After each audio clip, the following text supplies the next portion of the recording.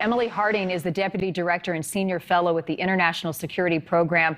Emily, glad you're with us again tonight. We appreciate it. Let's start with this breaking news. The U.S. Embassy now telling Americans if you're at the airport, you need to leave immediately because of this security threat. What type of threat would prompt this sort of warning?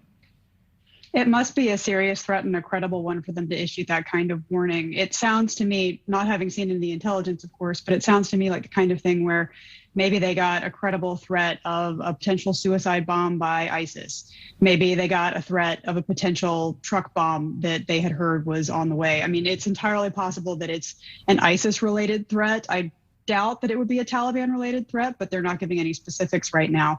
At any rate, it would be a credible and serious and imminent threat for them to provide that kind of warning. Well, it must be, because the alternative is sending these Americans back into the hostile and violent streets of Kabul. Where are they to go?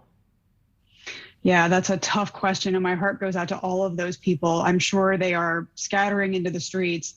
It must be better for them to be scattered throughout Kabul than to be in a big clump of American citizens right by a gate and vulnerable. Wow. What are you hearing about these security checkpoints? What's happening outside the airport? Some of the violence that has been reported. What are your sources telling you?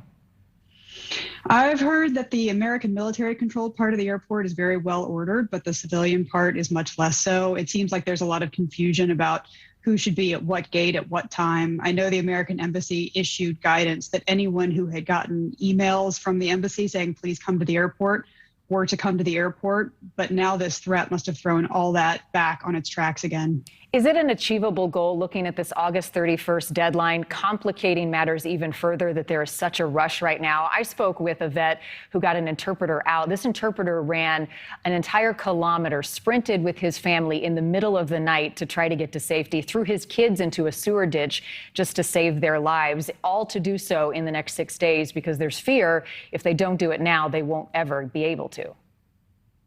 Right. I mean, I feel so much for the parents who are trying to shepherd their children through this and do it safely. I think that the chances that we're going to be able to get everyone out by the 31st are slim to none.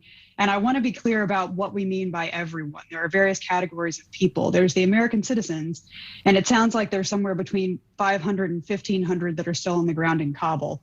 It is physically possible that they could get out in the next few days on some of these military flights, assuming they can safely get to the airport.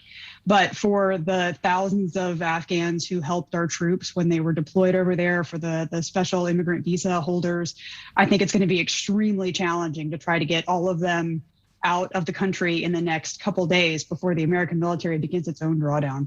Emily, is the Taliban more powerful now?